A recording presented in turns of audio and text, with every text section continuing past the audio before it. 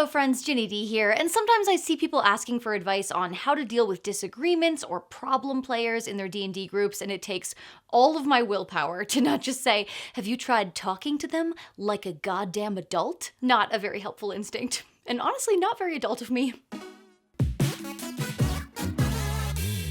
Some D&D games bring the same half-dozen people together every week for years. Many of us spend more time with our D&D parties than we do with our families. Plus, D&D allows us to explore all kinds of situations within a social context that relies on players and the DM placing trust in each other. It's inevitable that conflict will eventually arise. I frequent several D&D chat groups and forums on different social platforms, and one constant between all of them is the frequency with which people ask for advice and receive some variation on communicate with your table in response. I don't think it's that these people don't want to communicate or even that they don't know that they should.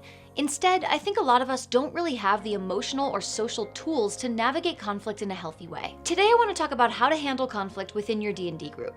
I hope that if you're dealing with any issues in your current group, or if you want to be better armed for potential future issues, this video can put some tools in your toolbox to make it easier. First, let's discuss whose responsibility conflict resolution is. Who is this video for? I've said something along these lines before and I got a little pushback, but I stand by it, so I will repeat it.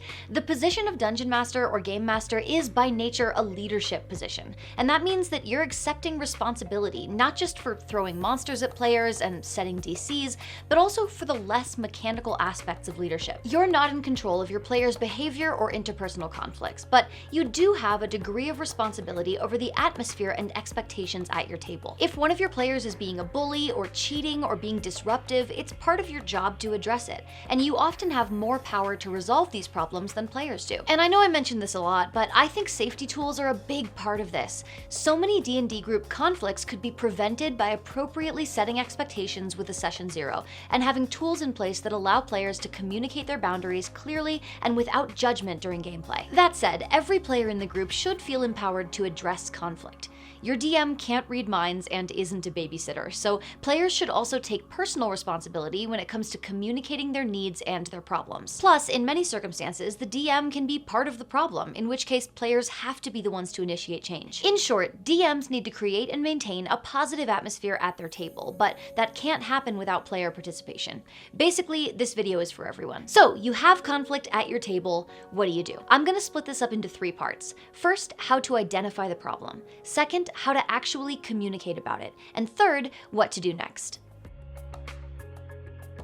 There are so many reasons that players and DMs alike can clash during tabletop games. Players may be feeling restricted or punished by their DM, or DMs may feel judged or disrespected by players. People might be frustrated over in-game choices like player versus player conflict, or behavior during games such as hogging the spotlight, metagaming, or being disruptive. You might just think, ugh, I hate this other player, they're just miserable to play with. But until you understand why you don't like playing with them, there's no solution to that problem, short of finding another group. Identifying the source of the tension is important to resolving it. I hate playing with Bob could mean I hate that Bob's character disagrees with every suggestion that my character makes. Or it could mean it bugs me that Bob is always on his phone and never prepared for his round in combat, which holds us all up. Or it could be Bob is always making sexual jokes that make me feel uncomfortable. All 3 of those problems have very different solutions. And if you aren't sure why you hate playing with Bob, even finding a new group might not correct it, since you could end up with other players who are just like him in the ways that bother you. It's also worth noting that sometimes the thing that seems like the problem isn't actually the problem.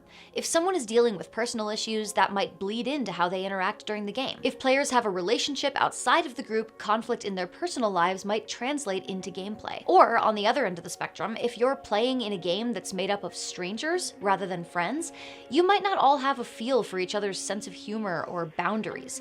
You might perceive another player's friendly ribbing as cruel mockery, for example. Once you realize there's a problem, I think it's worth talking it through with a third party or journaling or whatever it takes to hash through how you're feeling and make sure that you're seeing the root cause, not just the symptoms. If you're not the only group member who's upset, it can be good to discuss it with your peers, but make sure that it doesn't turn into ganging up on the other person or just shit-talking behind someone else's back. Once you've identified what's upsetting you, ask yourself what you want from this disagreement. What is the ideal outcome if you confront this person? What needs to happen for you to enjoy playing at this table? And is that a reasonable thing to ask for? Finally, as unpleasant as confrontation is, once you realize there's an issue, you really shouldn't let it fester. If you start to feel angry or frustrated with someone and you decide to just dwell in that instead of communicating with the other person, you'll slowly just get more and more annoyed and maybe even start to see problems where there aren't any. I know I am not the only person who has talked myself into conflict by holding a grudge and viewing everything someone does through the lens of negativity. Ask yourself, how is someone supposed to change or correct their behavior if you haven't let them know that there's a problem? A lot of people will say, I'm just not confrontational, and while I do get it, it's also really important to address a problem before it gets worse. Ignoring it in 99% of cases is not going to make it go away, and addressing a problem doesn't have to be confrontation. Don't use I'm not confrontational as an excuse to just never deal with something until eventually you lash out or give up. That's not fair to you or to the other person. So to recap, identify the specific problem, be aware of the context, and determine your ideal outcome. After that, it's time to actually take action. Let's talk about how exactly to do that.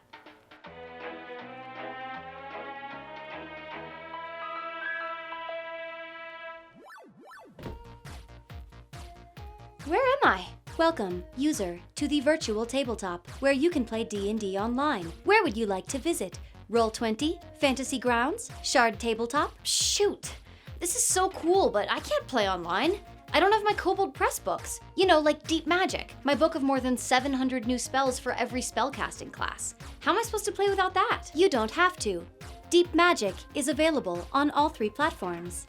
What about the Scarlet Citadel? A classic multi-level dungeon where my players can battle malevolent creatures left over from the days of dwarven mercenaries, strange cults, and sorcerers practicing their forbidden arts. Don't worry, we have that too, and a lot more.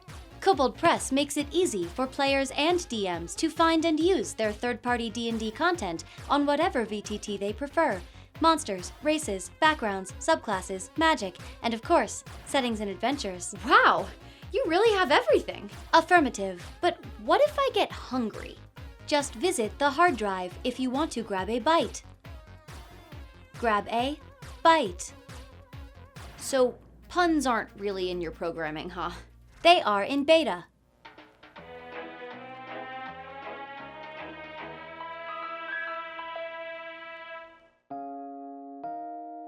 When you're ready to talk through the problem, I would suggest not springing it on the other person.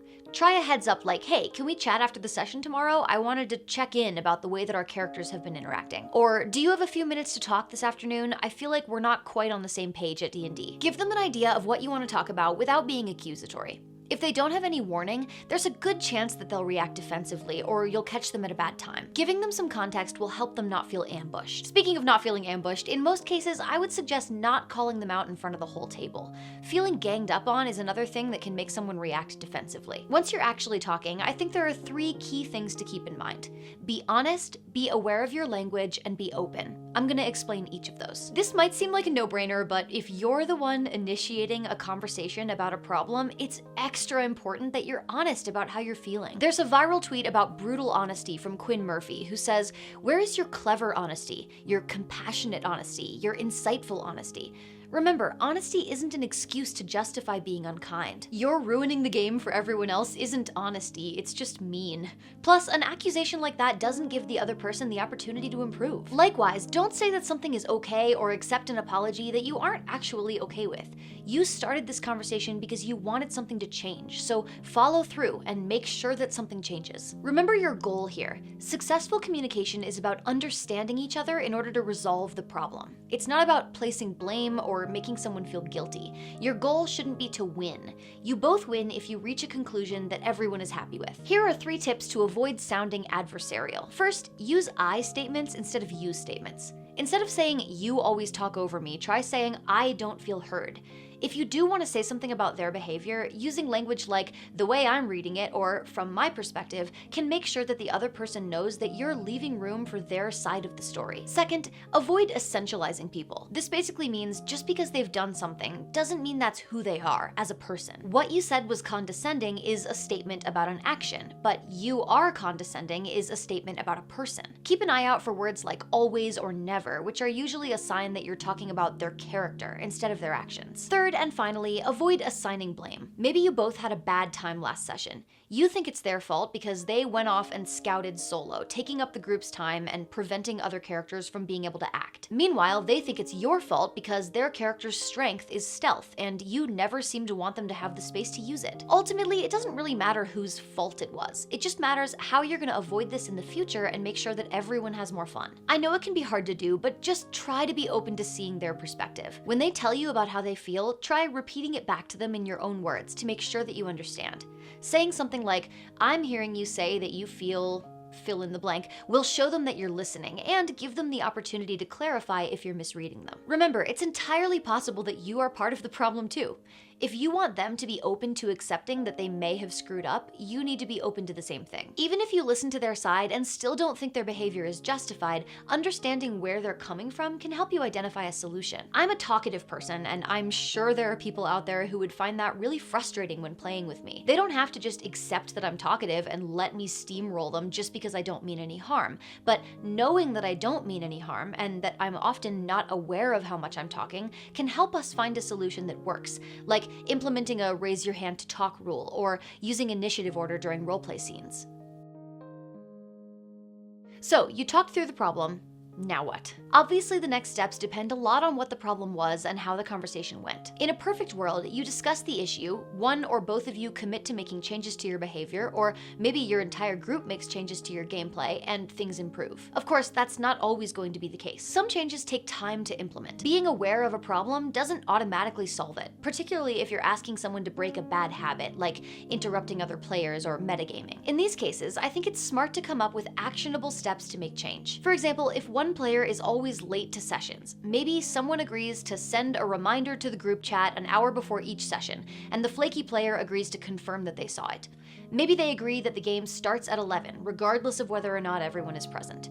Maybe the flaky player sets a recurring phone reminder then and there during the conversation to just really show that they're committed to making a change. Or if the DM is upset that players aren't focused during combat, maybe they commit to saying, "It's the rogue's turn and the wizard is up next" at the beginning of each turn to help people stay aware. Maybe they implement a no phones during combat rule. Maybe they agree that if you don't know what you're doing in the first few seconds of your turn, any opponent within melee range can make an attack of opportunity. Whatever the answer is for your specific situation, agree on it as a group so that you have strategies to solve the problem and a quantifiable way to see if the work is getting done. Of course, in some cases, no matter how hard you try to be empathetic and mature, the other party is just not here for it. If their response to your attempt to communicate is to hold a grudge or escalate conflict, then maybe talking it out isn't going to solve the problem. Or maybe their behavior is the kind of thing you don't want to talk out, like a player who makes a lot of racist jokes. Or sometimes nobody's a bad person, you're just not a good D&D group together. In these cases, if you really aren't having fun, there are just two possible solutions. They leave the game or you leave the game. The simplest way to decide which one to do is to ask yourself, is everyone upset about this or is it just me? If it's just you, then maybe the easiest way to resolve the issue is to gracefully take your leave. A D&D group doesn't have to be bad for it to be a bad fit for you. If you're interested in different elements of a game, if you don't get along socially with the other players, if you have different expectations, you may be better off looking for a group that better aligns with your needs. I think of finding a D&D group kind of like dating. Not everyone you date is going to be your soulmate, and that's okay. If it takes you a few groups to find the one that you really love playing with, that's fine and normal. But don't keep dating someone that you're not happy with just because you're afraid to start over. There's a D&D group soulmate for you out there somewhere, and you can't find them if you keep playing with Bob. Fucking Bob. If you want more D&D advice or life advice loosely disguised as D&D advice, I have a whole playlist you can check out, and if you want the same thing but very, very quickly, check out my D&D advice shorts playlist. And if you have roleplay or character building questions that you would like to see me address in a video, feel free to toss them in the comments.